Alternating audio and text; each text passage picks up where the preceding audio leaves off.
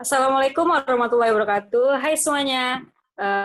Hari ini bersama saya Mega Parwati dalam tugas mata kuliah Kapita Selekta Administrasi Negara dengan dosen pengampu Ibu Mustikowati Umul Fitriyah MSI. Hari ini aku tidak sendiri, aku ditemani oleh teman saya Heni Sylvia. Halo Pia. Halo Ega. Ya, gimana nih kabarnya Pi? Udah lama kita nggak kuliah kan? Kuliahnya online aja di kampung masing-masing gitu kan? Iya ya, benar-benar. Iya nih. Hmm. Alhamdulillah kabar Pia baik. Mega sendiri gimana kabarnya? Alhamdulillah sehat. Alhamdulillah. Itu Pia pakai masker, Pia dari mana, Pi? Oh, iya ini kebetulan Pia tadi abis dari luar, Meg. Lagi pandemi Hmm, kan. Apa namanya iya, tuh? Ya harus pakai masker lah gitu. Kayak sekarang tuh masker tuh kayak udah kebutuhan gitu ya bagi kita. Kayak kebutuhan ya. kalau nggak pakai masker rasanya tuh mending nggak usah keluar gitu karena nggak cuman keselamatan kita, keselamatan orang-orang sekitar kita juga harus kita Ya, perhatikan perlu juga. juga kan penting. Ya, Benar. ini bicarakan tentang masker nih kan. Mm, Kalau rasanya, kalau menurut Mega ya, kayaknya apalagi di khususnya kita masyarakat Riau gitu kan. iya. Kayaknya masker ini udah kayak kebutuhan kita gitu kan. Karena kan kalau di tahun ini kita menggunakan masker karena adanya COVID-19 lagi pandemi gitu kan. Iya. Terus kalau di tahun-tahun kemarin kita menggunakan masker karena sedang kabut asap. Nah, kabut asap ini kan terjadinya karena ada kebakaran hutan dan lahan di Riau gitu kan. Iya. Pasti udah nggak asing juga kan di telinga kita tentang kebakaran hutan gitu. Terutama kita yang tinggal di daerah Riau. Di mana di Riau ini memang sering menjadi langganan kebakaran hutan dengan luas lahan terbakar paling banyak di Indonesia.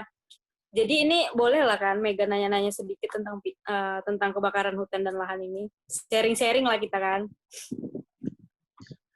Ini menurut Pia, sebenarnya apa gitu penyebab dari kebakaran itu? Kok bisa gitu terjadi? Apalagi sering terjadi setiap tahunnya kayak gitu.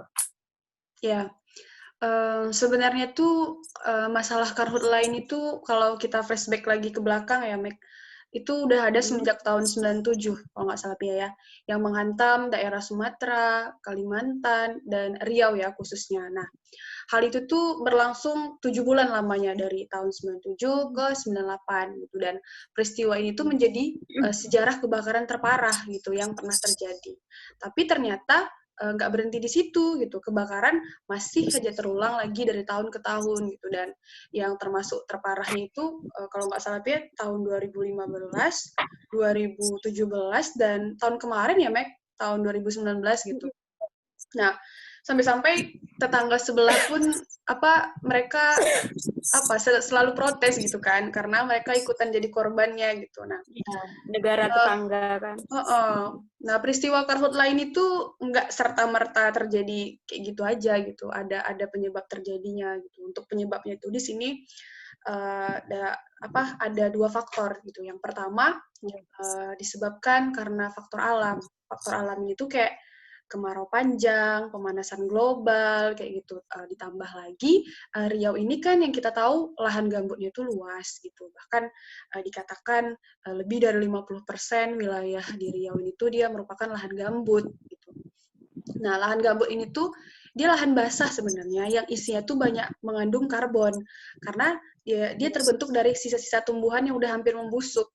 Umumnya gambut ini tuh dia susah dibakar, tapi kalau Iya. misalnya dia dikeringkan gitu dia bakal sangat sangat mudah terbakar kayak gitu, karena itu tadi kandungan karbonnya yang tinggi, jadi kena percikan api dikit aja, itu udah berubah menjadi Langsung api yang besar luas kayak gitu. gitu. Bahkan katanya asapnya itu bisa 3 kali lebih tebal daripada asap kebakaran biasa kayak gitu, jadi potensi penyebab kebakaran itu besar gitu. Nah, itu yang pertama gitu. Yang kedua, di sini tuh karena faktor manusia. Nah, faktor manusia di sini tuh bisa karena kelalaian maupun karena kesengajaan gitu. Nah, salah satu pemicunya adanya kegiatan pembersihan lahan atau pembukaan lahan. Nah, yang dilakukan oleh para pengusaha-pengusaha gitu ya, gitu. Dan faktor manusia ini tuh sebagai penyebab kebakaran terbanyak kayak gitu. Bahkan data menunjukkan gitu ya, dan beberapa pakar juga mengatakan bahwa lebih dari 90% itu kebakaran hutan dan lahan di Riau ini tuh disebabkan karena ulah Ulah manusia. manusia. Sedangkan 10%-nya gitu itu disebabkan karena faktor alam kayak gitu. Jadi manusia dan alam gitu. Itu dasarnya sih, Mek, kayak gitu. Iya, tadi kan udah Pia katakan juga ada 2 faktor penyebab terjadinya kebakaran ini kan. Di salah satunya adanya faktor manusia, di mana mereka melakukan pembukaan lahan gitu kan, dengan cara membakar. Nah, ini kan menurut Pia kenapa gitu harus dibakar? Apa tidak ada alternatif lain yang lebih aman agar tidak terjadi lagi gitu, agar tidak terulang-ulang lagi? Iya. Kalau untuk alternatif Padahal lain kan tuh, mereka tahu dampaknya iya. besar. Kalau untuk alternatif lain tuh ada, tentunya ada ya, Meg gitu. Cuman itu bakal memakan banyak biaya dan aksesnya juga susah gitu. Kayak misalnya penggunaan alat berat gitu. Nah, sedangkan membakar ini tuh dia nggak banyak memakan biaya gitu. Jadi mereka menganggap metode ini tuh lebih menguntungkan gitu, memudahkan dan juga hasilnya lebih efektif kayak gitu. Iya sih, sebenarnya kalau kayak pakai menggunakan cara lain kan mereka harus nyewa alat berat lagi ya kan, butuh banyak Mahal. biaya lagi, belum lagi bayar orangnya lagi gitu kan. Bener. Iya, tadi apa? Karena memakan banyak biaya untuk melakukan cara lain selain dibakar. Jadi ini menurut Pia, siapa yang bertanggung jawab di dalam menanggulangi kasus ini? Oh, yang paling bertanggung jawab, sebenarnya kalau ditanya siapa yang paling bertanggung jawab di sini menurut Pia ya gitu. Yang pertama ya pemerintah lah ya, mungkin pemerintah, baik itu pemerintah pusat, unsur pemerintah daerah gitu, yang harusnya mereka itu berada di garda terdepan kayak gitu untuk aspek pencegahan dan pengendalian, mulai dari gubernur, bupati gitu sampai perangkat desa dan semuanya gitu. Karena di sini tuh pemerintah itu sebelum itu dia udah merencanakan mengenai pengelolaan lahan gambut ini gitu dari beberapa tahun yang lalu. Jadi ya tentunya mereka tahu gitu kan apa dampak yang nanti akan ditimbulkan kayak gitu. Terus itu yang pertama. Yang kedua mungkin si pemegang konsesi di lahan gambut ya, Meg. Soalnya di sini tuh mereka yang mengadakan land clearing tadi gitu, pembukaan lahan tadi gitu. Nah, ya harusnya mereka lebih waspada gitu kan, dan punya pengelolaan yang nggak sama dengan lahan mineral gitu. Harusnya ya mereka punya sistem pengelolaan lahan gambut yang lebih ramah terhadap gambut itu sendiri. Itu. Dan yang ketiga, mungkin masyarakat yang ada di sekitar lahan gambut tersebut gitu.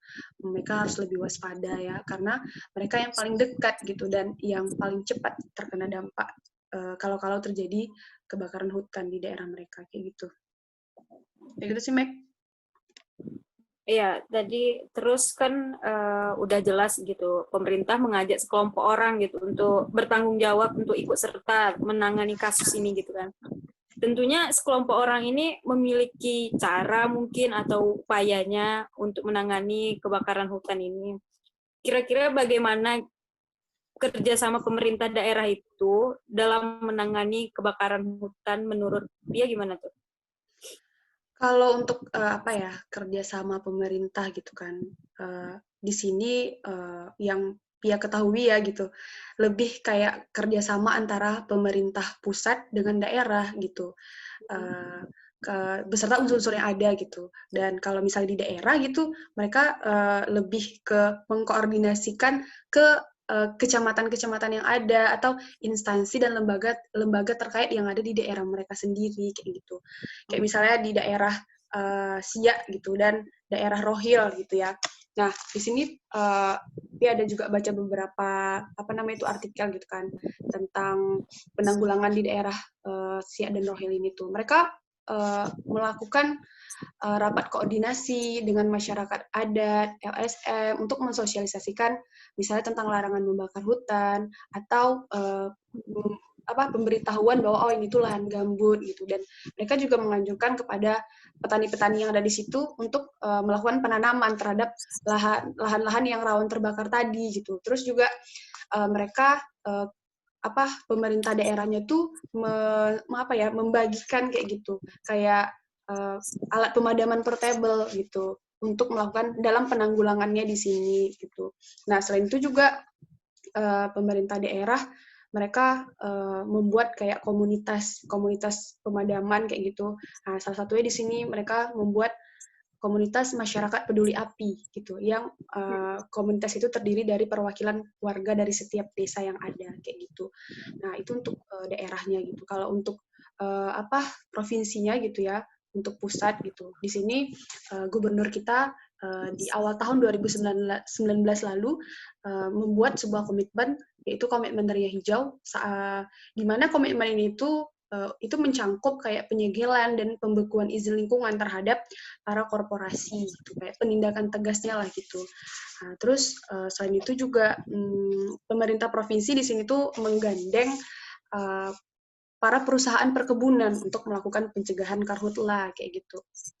Nah, dan yang terakhir di sini ada juga sebuah inovasi yang dibuat oleh Polda Riau itu dalam mengatasi karhutla ini, di mana dibuatnya kayak sebuah sistem gitu, program, sebuah aplikasi yang disebut sebagai aplikasi dashboard lancang kuning. Nah, aplikasi ini tuh berfungsi untuk mendeteksi secara dini di mana nih letak titik hotspot kebakaran itu gitu. Dan aplikasi ini tuh bertujuan agar setiap personil yang ada di lapangan yang punya aplikasi itu tuh bisa tahu dengan cepat gitu. Oh, di sini tuh lagi ada titik rawan kebakaran gitu, biar dan dengan adanya aplikasi ini tuh biar cepat ditindaknya kayak gitu loh, Meg.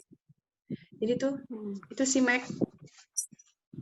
Iya, berarti udah jelas juga kan, udah ada yang bertanggung jawab dalam kasus ini. Terus pemerintah juga kan tidak bekerja sendiri gitu. Pemerintah ngajak masyarakat juga, ngajak beberapa perusahaan perkebunan untuk menangani kasus ini juga. Terus, tapi kenapa kebakaran ini masih sering terjadi di setiap tahunnya? Padahal kan pemerintah udah melakukan banyak upaya nih kan.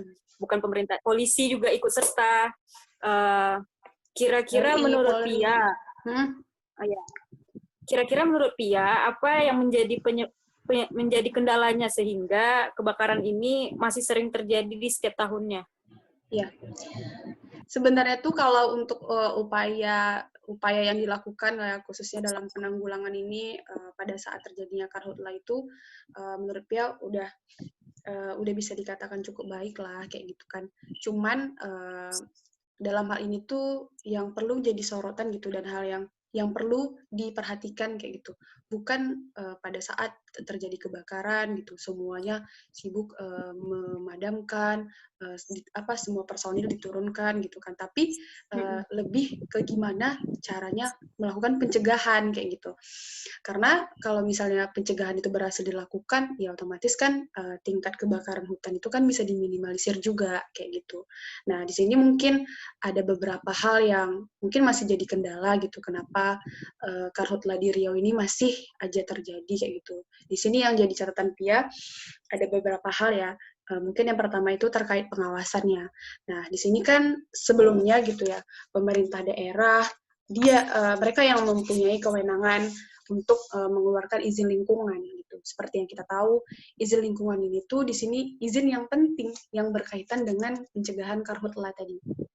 Nah, jadi konteksnya tuh di sini siapa yang memberikan izin, ya mereka yang melakukan pengawasan kayak gitu. Nah, seandainya dari pengawasan itu ditemukan ketidakpatuhan, ya maka bisa diberikan sanksi gitu, kayak misalnya pencabutan usaha gitu, pembekuan izin, atau diminta perusahaan itu untuk melakukan perbaikan kayak gitu. Nah, kalau misalnya ini bisa dilakukan secara bersama-sama gitu, maka ya skala pencegahan itu bisa dimaksimalkan kayak gitu.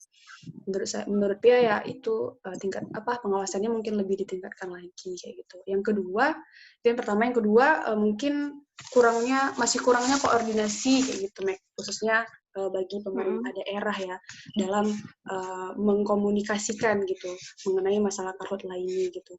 Ada kemarin waktu itu dia baca beberapa artikel gitu kan. Nah, di situ disebutkan gitu bahwa pada tahun lalu itu diadain rapat koordinasi Nah, di Riau ini ya gitu. Nah, yang dipimpin oleh Kepala BNPB gitu. Nah, yang kedua di sini mungkin terkait koordinasi ya, koordinasi khususnya bagi pemerintah daerah kayak gitu. Nah, dalam melakukan penanggulangan dan pencegahan. Nah, waktu itu Pia ada baca beberapa artikel kayak gitu kan. Tepatnya pada tahun lalu ada pengakuan dari Bapak Kepala BNPB gitu. Waktu itu mereka lagi mengadakan rapat koordinasi di Riau gitu. Nah, di situ Bapak Kepala BNPB itu mengatakan bahwa ada keluhan dari Satgas nih bahwa berkali-kali gitu, udah berkali-kali diberikan undangan dan panggilan kepada kepala daerah yang ada di Riau untuk melakukan rapat koordinasi terkait Karhutla, tapi banyak yang nggak datang kayak gitu, banyak yang nggak menggubris kayak gitu. Nah, di sini kan terlihat bahwa masih lemahnya komunikasi gitu, yang terjalin antara pemerintah daerah kayak gitu dengan pemerintah pusat gitu, yang nanti berimbas ke lambatnya penanganan di lapangan kayak gitu. Dan yang ketiga mungkin di sini terkait masih kurang tegasnya pemerintah dalam menindak pelaku karhutla. Nah, sejauh ini tuh penindakan hukum bagi para pelaku karhutla ini tuh masih kurang tegas kayak gitu ya. Nah, kalau mengutip perkataan dari Bapak Kepala BNPB, menurut data yang beliau sebutkan gitu bahwa 80% dari luas lahan yang terbakar itu berubah menjadi kebun kayak gitu. Nah, di situ kan bisa terlihat gitu apa motif dari kebakaran hutan dan lahan ini itu. Kenapa produk hukum tuh ada tapi nggak memberikan nih efek jerah ke pelaku karhutla gitu. Bahkan banyak yang ditindak itu justru masyarakat adat, petani gitu, peladang gitu. Sedangkan korporasi skala besar itu bisa dihitung jari lah kayak gitu. Nah, bahwa mungkin di sini perlu dibangun juga budaya kepatuhannya gitu. Itu Mac. Iya, iya, berarti bisa dikatakan lah ya sudah berhasil dalam upaya yang dilakukan pemerintah ini yang seperti kita ketahui lah kan. Kayak di tahun 2020 ini kebakaran hutan dan lahan bisa dikatakan mengalami penurunan gitu.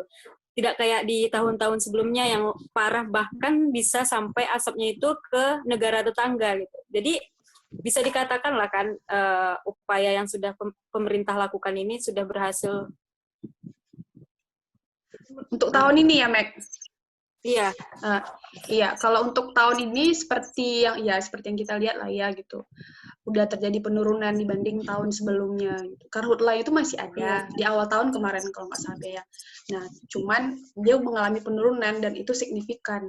Dari data BPBD itu sendiri disebutkan gitu bahwa kalau dibandingkan tahun lalu itu penurunan itu mencapai 80% lebih kayak gitu. Dan mungkin ini tuh terjadi ya karena udah upaya-upaya yang dibuat oleh pemerintah terkait dari segi pencegahan itu, terus juga salah satu upaya yang dibuat di sini tuh ya dengan menetapin status siaga darurat karhutla gitu. Jadi ketika dikasih info gitu dari BMKG bahwa Riau bakal terjadi kemarau panjang nih ke depannya gitu dan itu bakal rawan gitu. Nah, langsunglah ditetapkan status siaga darurat.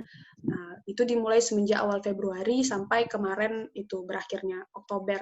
Iya, Oktober. Nah, tujuannya ya biar mempercepat gerak tim gitu dan kalau misalnya terjadi karhutla gitu bisa juga mempercepat datangnya bantuan gitu ya.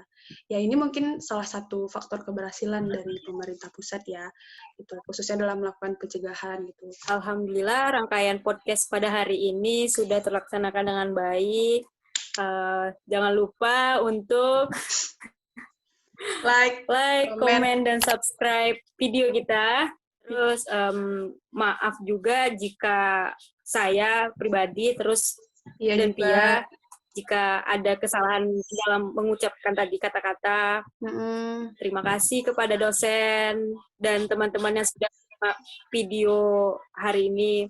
Akhirnya saya Mega Parwati dan teman saya Heni Sylvia pamit undur diri. Terima kasih atas perhatian kalian semua. Wassalamualaikum Assalamualaikum warahmatullahi wabarakatuh.